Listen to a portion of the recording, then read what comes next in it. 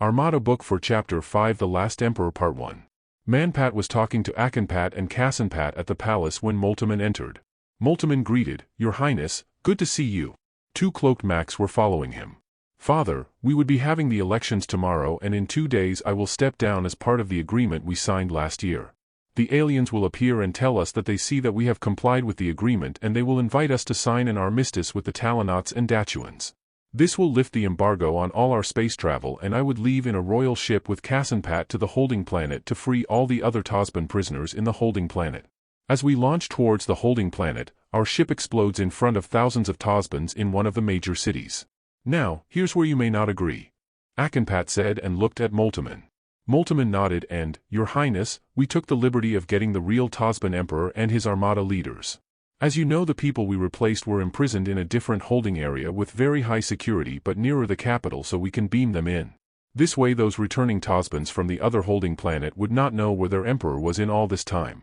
A few seconds before the explosion we switch, the real Tosbans are beamed in while our people all beam out. They will see their dead royalty and leadership, they will even analyze their DNA to prove they are really dead, and that's the end of it. Of course the Tosban rebels are blamed for killing the last emperor. The last emperor of a family dynasty that spans 1,200 years. Akenpat added. "I guess you want to tie up loose ends." "I agree with the plan," Manpat said. "Father, it was a learning experience for me and Akenpat. But we believe we have planted the seeds that will make this species better. Otherwise, of course, Moltemann will kill the council member who does not toe the line or follow the agreement we had with the aliens." Kassenpat said. "Moltemann, so you would have to stay?" Manpat asked. "Yes, my king, for a few more years, maybe 4 or 5, to ensure the Tosbans follow the agreement. I will not be one of the council leaders, but my task is simply to make sure they follow the agreement. Actually, some Macs are staying longer to make sure the leaders can be trusted. When we instituted the new technologies, the Tosban living conditions improved considering they do not have slaves to work for them. They now do things on their own and not depend on a slave or anybody else. In fact, they are so scared of even owning one because of Moltemann and that the aliens will simply appear and kill them if they have slaves hidden." Akenpat said. "I see there are almost no rebellion in the planets and the governors are getting more accepted by the people," Manpat observed. "There were a few large ones early on and they were all dealt with supreme force and extreme prejudice," Kassenpat said. Moltemann added, "The people know they are being watched from orbit by the aliens, and so they behave according to the agreement and later the armistice. So in a few days, you two will be back home," Manpat said. "We need a vacation. Running an empire is hard work." "I am sorry, Moltemann, but you have to work," Akenpat said. "No, I will take a rest myself, only it's in the Tosban planet," Moltemann countered. Meanwhile, on a route to the Mac galaxies, Linda, Junie, Sarudam, Eric and Lachine were at Linda's mess hall when Jesse appeared and informed them, "We will be at the Mac capital in 5 minutes. The Mac Council would like to have the pleasure of your presence at their main hall." "Why? What did we do this time?"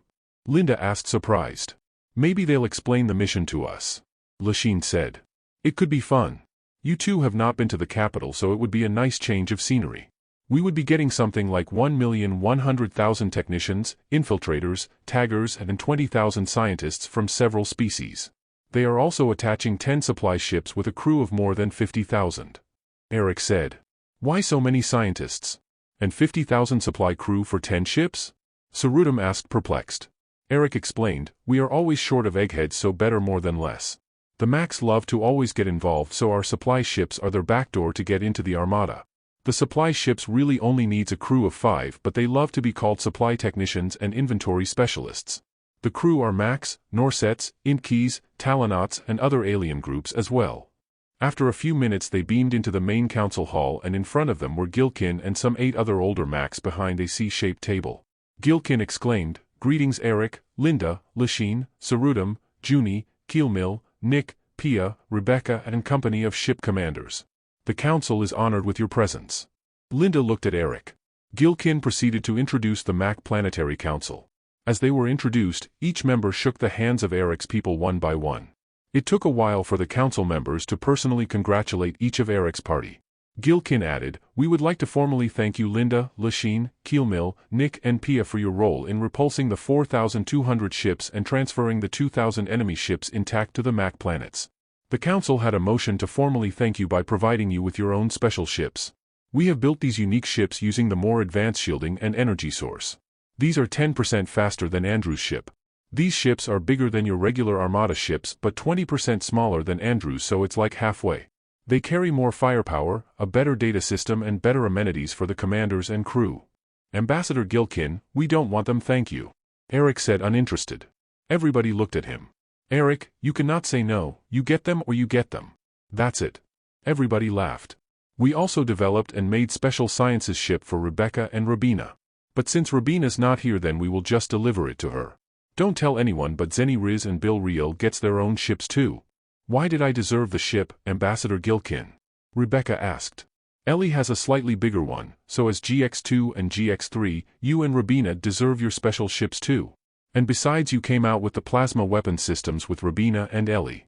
Plus a host of other things for the Armada. We cannot promote you or give you money, so this is the only way we can say thank you. Okay, you gave me no choice. We accept. Eric said, still uninterested.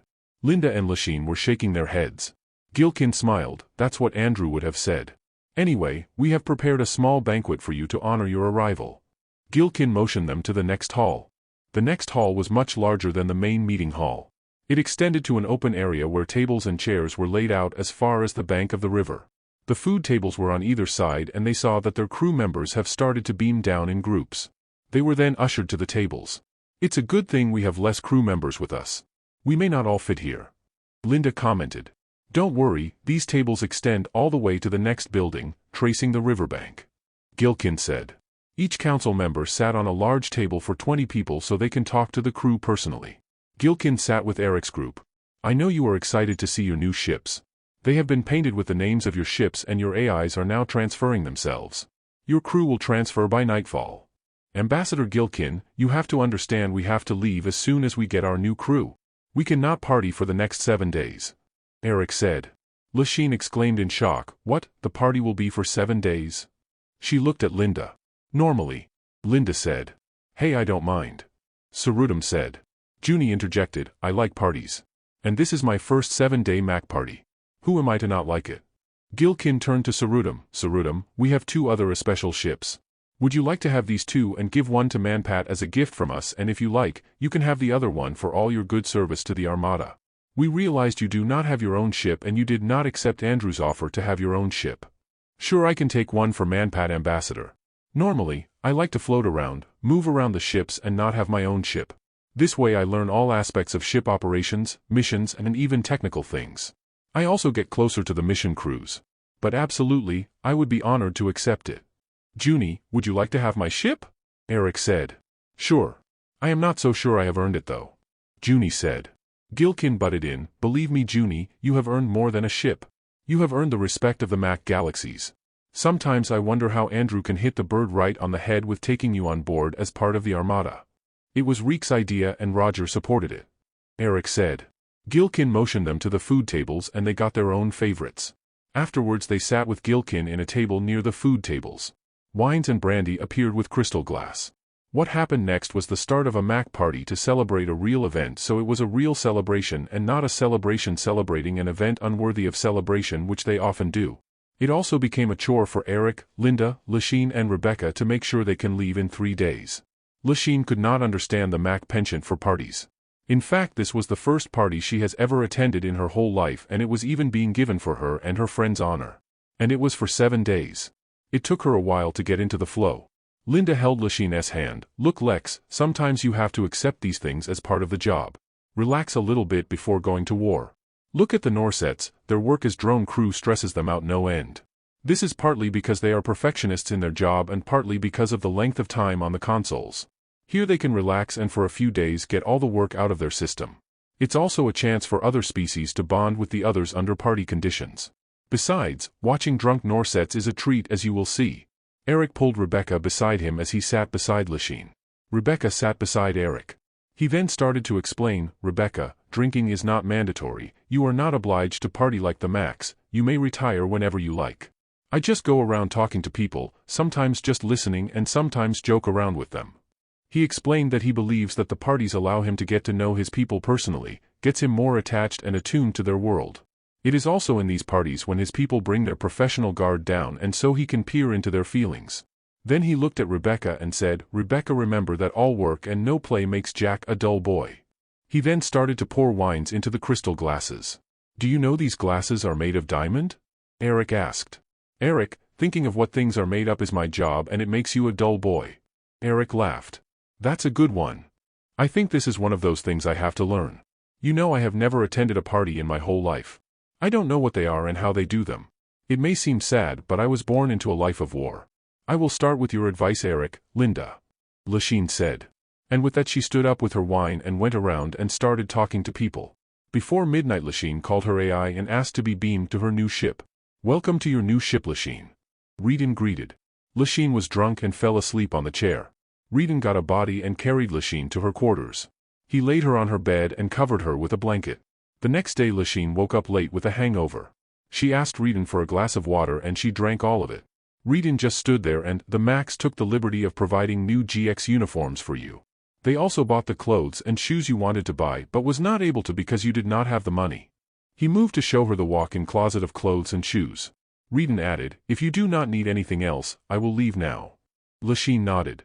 She looked around and her stateroom was bigger than her already large 2-bedroom quarters. It was even in her favorite color, light pink. Her bed was twice the size of her old one. She liked the paintings on the wall and the tables and chair designs. Very classy yet simple, she thought. After getting into her new uniform she walked towards her bridge.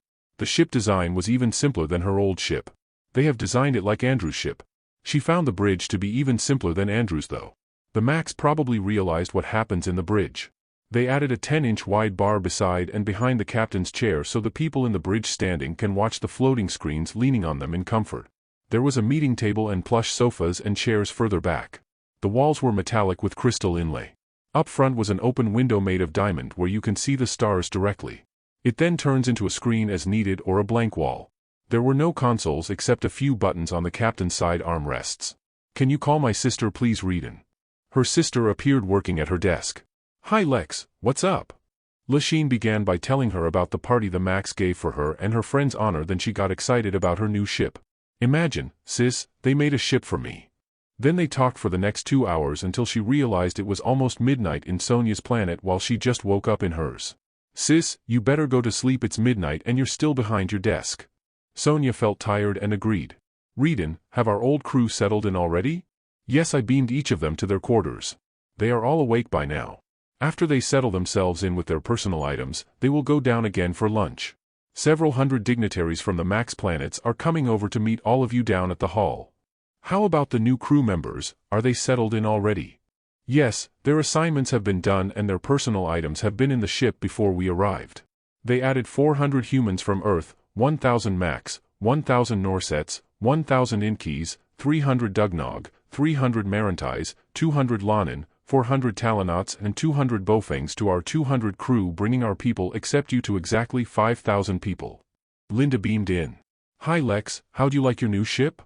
"Hi Linda, I think they studied my personality and built this ship for me. They colored it to my taste."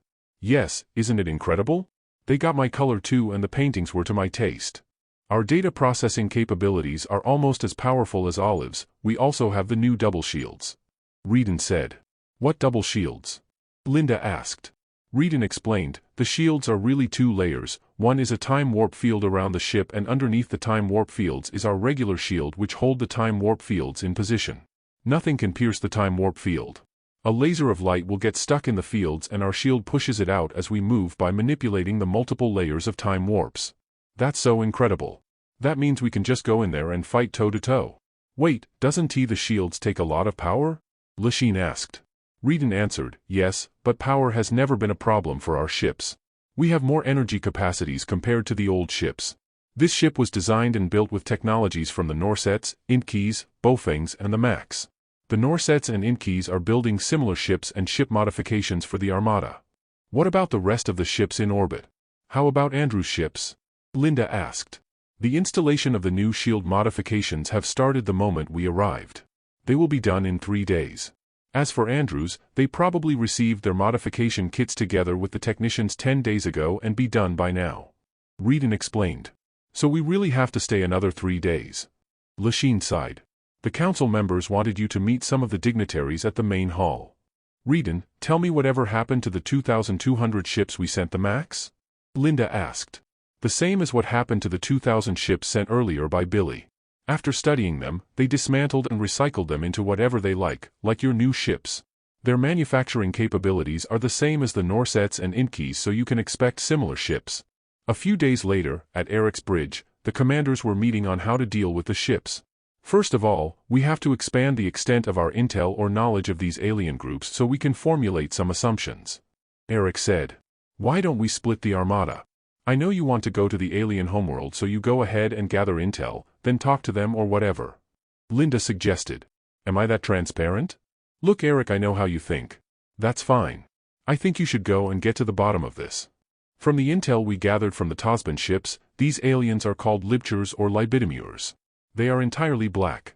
Black soft and hard tissues, black eyes and beaks, no hair but feathers with beaks.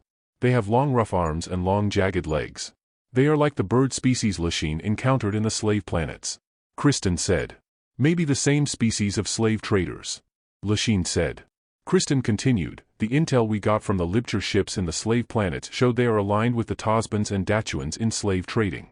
Their galaxy is 300 MLY away from the last Tosban planet. While the group Andrew will go to control the slave trading on that part of the galaxies, these species control the slave trading at the Tosban areas. Some of the Talonauts that went into mind reading done by the Max showed them as part of their captors.